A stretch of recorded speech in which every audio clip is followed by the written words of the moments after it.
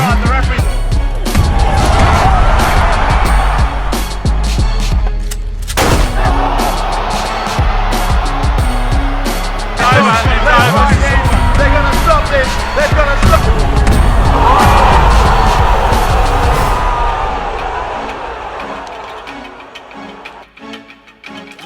to the motherfucking relay. We're covering today's top boxing news.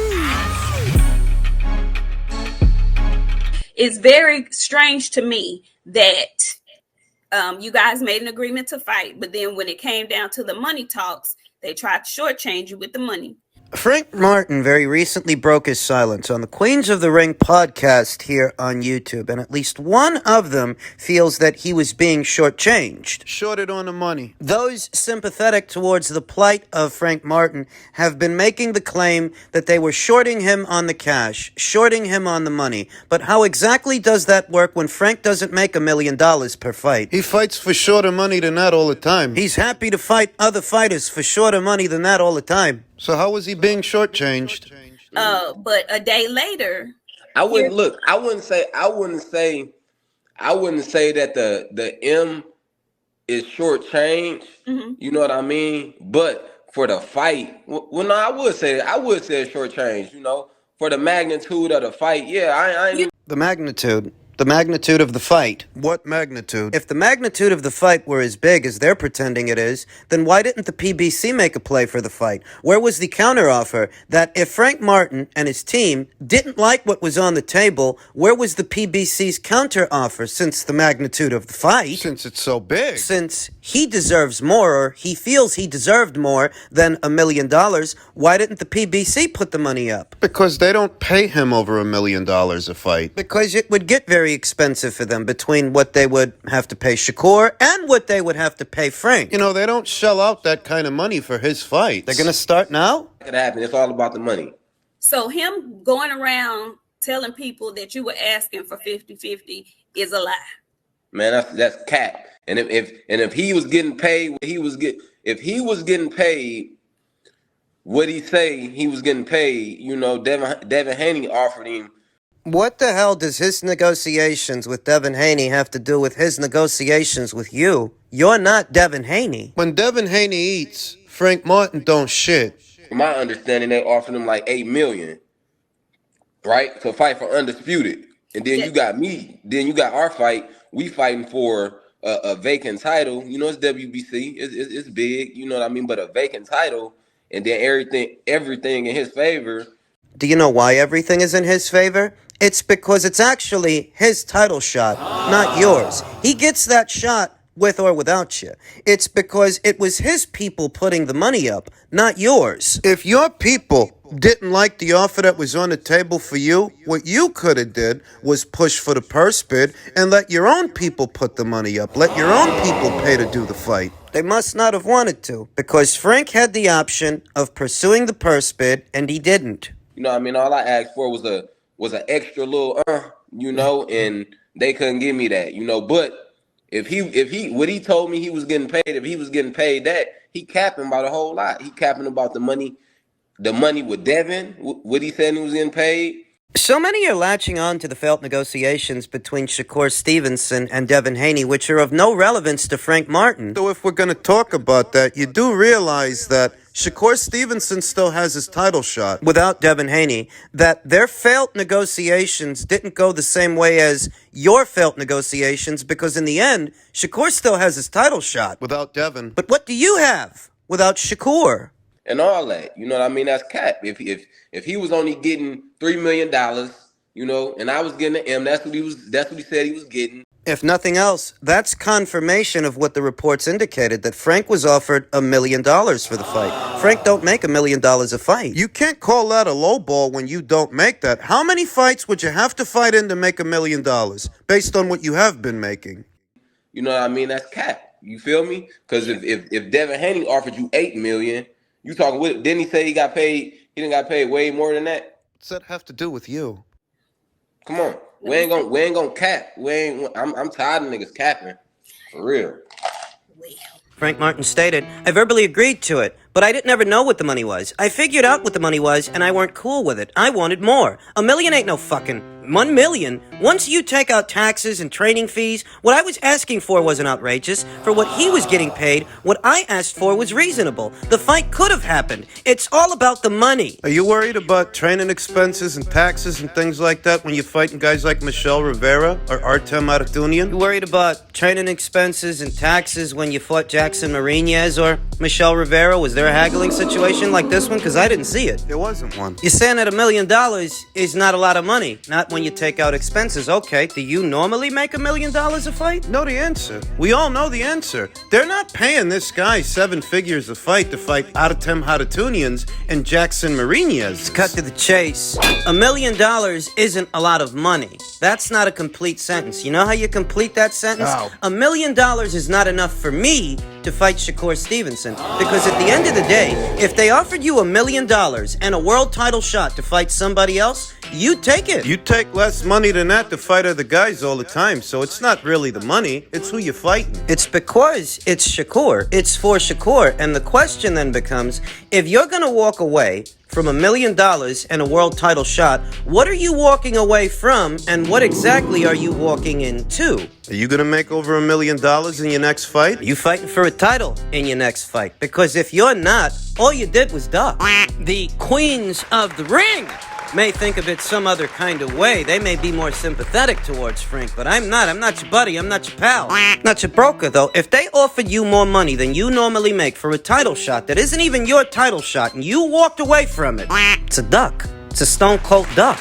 Unless you're gonna make more money in your next fight than what they offered you, all you did was duck. That's it. This is just history repeating itself. What it reminds me of is when the people at Matchroom offered Luis Ortiz a multi-million-dollar opportunity and a shot at Anthony Joshua's 3 titles, and his people... They fucked it up. Now, why certain content creators want to package this, repackage it as something other than what it is, something other than a duck, why do they want to save face for Frank Martin? I don't know. I don't.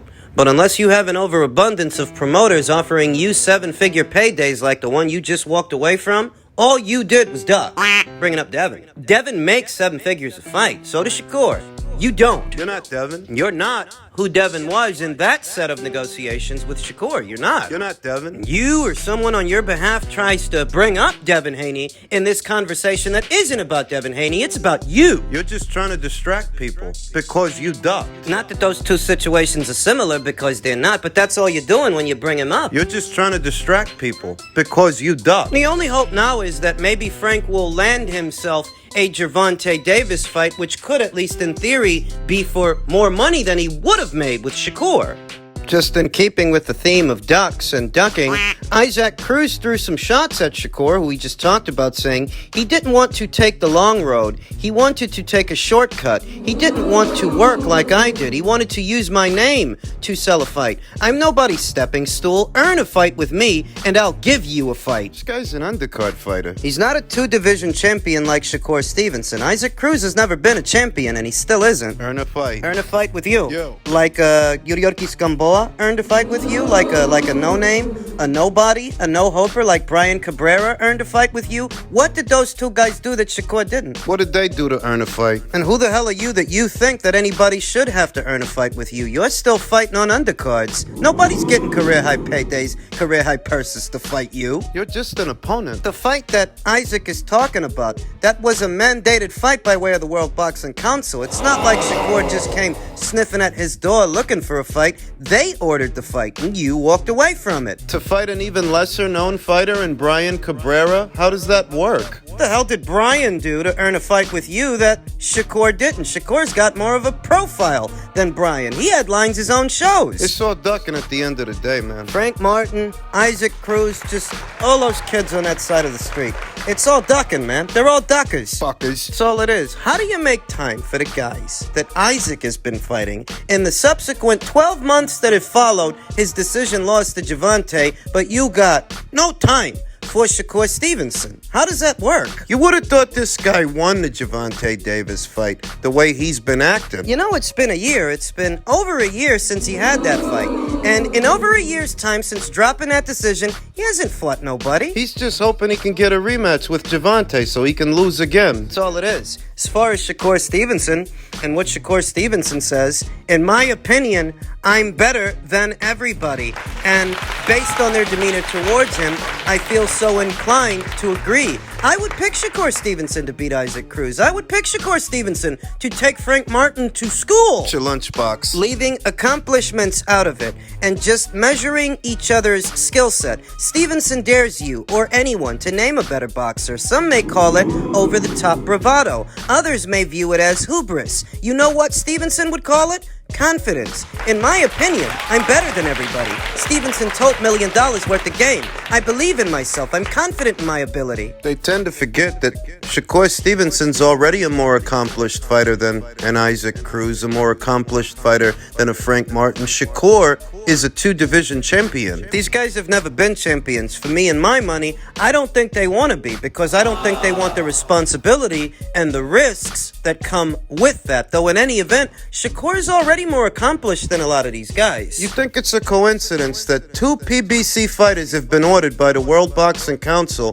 to fight this guy, and the both of them walk the other way? Isaac Cruz, Frank Martin, you think it's a coincidence? They're just rationalizing why they shouldn't have to fight this fighter, why they shouldn't have to fight this guy, even though they're not even where this guy is. They're not on his level. Now he's going to end up fighting Edwin De Los Santos. And when it comes to Edwin, Shakur says he's got big power, good boxing skills, but he's not going to be able to beat me. What looks to me like history repeating itself. In all the ways that Felix Diaz of the Dominican Republic was calling out Terrence Crawford. Edwin De Los Santos is from the Dominican Republic, and he's been calling out Shakur Stevenson. It's the same thing. De Los Santos is good, very good even. But come November 16th, Stevenson is anxious to prove that there are levels in boxing for a reason. It's a fighter with big power. He's a southpaw. He's got good boxing skills, good reflexes, but he's not going to be able to beat me. Shakur's no stranger to fighting southpaws. Jamel Herring was a southpaw, and all the sparring that he gets with Terrence Crawford, an ambidextrous switch hitter. Just beat the hell out of Errol Spence Jr. fighting southpaw. Shakur's no stranger to southpaws. Spars one all the time. I think he's going to beat Edwin De Los Santos the same way I thought he was going to beat Frank Martin or Isaac Cruz if either of those two fighters had the heart to face him. But they don't. Cowards. Edwin does. And it reminds me of the Felix Diaz fight with Terrence Crawford years ago because, you know, Felix Diaz, he couldn't get a quality fight on the PBC side of things. He couldn't get a big name, get a big fight. The same way Edwin can't get a big name or a big fight. It's the same fucking thing. You know that Terrence Crawford ended up beating Felix Diaz like a drum. I anticipate that history's going to repeat itself when Shakur fights Edwin. Edwin is good. He's alright. Shakur is great. And it really is as simple as that. Levels. Edwin, he wasn't going to get a big fight on the PBC side of things. Nobody was in a hurry to fight with him after he upset the apple cart for then unbeaten Rayo. But you know, if you can't get a fight on your own side of things, you might have to shape up and ship out, go somewhere else. And credit to him for doing that, because at least he's willing to fight. Isaac is a coward. And so is Frank Martin. Chicken shit. Who needs him? Shakur, unlike those fighters, is willing to measure his ability under the hot lights where it counts the most, in the ring. And these fighters don't share his same energy. I think enough isn't being done and enough isn't being said in the media about it. Are you guys boxing fans or not? Or is all you do come up with lame excuses for fighters when they duck? Upstairs at super middleweight and light heavyweight, Canelo Alvarez said this on his defeat to Dimitri Bivol. I wasn't 100% physically speaking. My hand wasn't 100%. I couldn't train 100%. A week before the fight, I suffered a rib injury during training. I shouldn't have fought. That defeat is still a pain in my heart.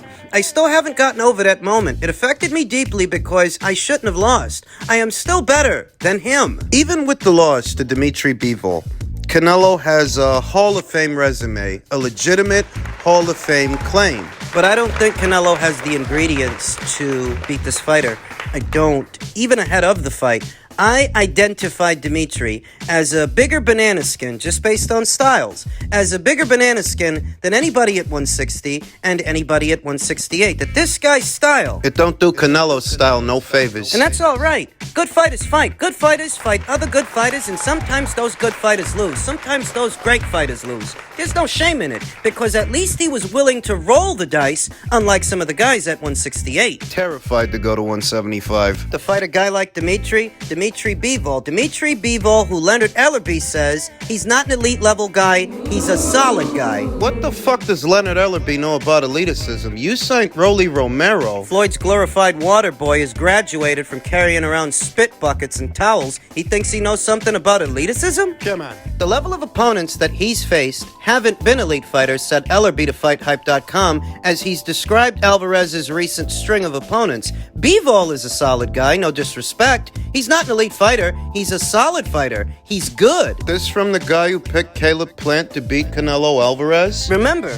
he picked Caleb Plant to beat Canelo Alvarez, so when Canelo beats Caleb, he can turn around and say that Canelo hasn't fought elite level guys? Or is he talking about Dimitri? The fuck does Leonard know about eliticism in boxing? What's his stable of fighters looking like these days? Well, not his stable per se, as it's not his name outside the building. It's Floyd's, and he's just Floyd's water boy, his employee. Here's what I think. As I might have a more balanced view of what happened between Canelo and Dimitri and everything under the sun. Canelo's a great fighter, but at 175, he hit a ceiling. People tend to forget that this is not a big guy. He doesn't have a big frame. Even at super middleweight, he's a lot shorter than his opponents. His wingspan... He ain't got the same reach these guys have got. He's not a big guy. So the fact that this very small fighter is able to do what he has done at 168 and that he had the cojones to go to 175, where bigger, younger fighters dare not venture. Canelo is a great fighter. Dimitri Bivol is, in fact, elite. Too big and too good for a naturally smaller guy like Canelo. He's been WBA light heavyweight champion for 6 years and 9 consecutive title defenses, all successful. He's elite. He's an elite fighter. Stylistically, he's all wrong for Canelo. He's got the right height, the right length. Fights on the balls of his feet, changes the cadence of his punches, disguises the hard shots. Knows how to judge distance, and he's got great punch variety, great shot selection. He is an elite level fighter, to say otherwise. You can't ask an American what eliticism is. You can't do it, because their idea of eliticism is centered around one specific kind of fighting, one specific kind of fighter. Eliticism takes many forms in the sport of boxing. It's not one way. You know, some guy's idea of eliticism and what it is, what it looks like, they think that unless you're gliding around the ring on ice skates, you're not an elite fighter. There are elite pressure fighters and elite boxer punches, elite pure boxers. So eliticism, at least in the minds of a few, is mostly centered around defense, just being defensive, when there is such a thing as too much defense. Eliticism comes in many forms. Dimitri Bivol is an elite level fighter and a naturally bigger man than Canelo Alvarez. So between his eliticism, his boxing acumen, and his natural size and durability, it proved to be too much for Canelo. And there's no shame in that. Just call it down the middle. He got beat, but there's no shame in that.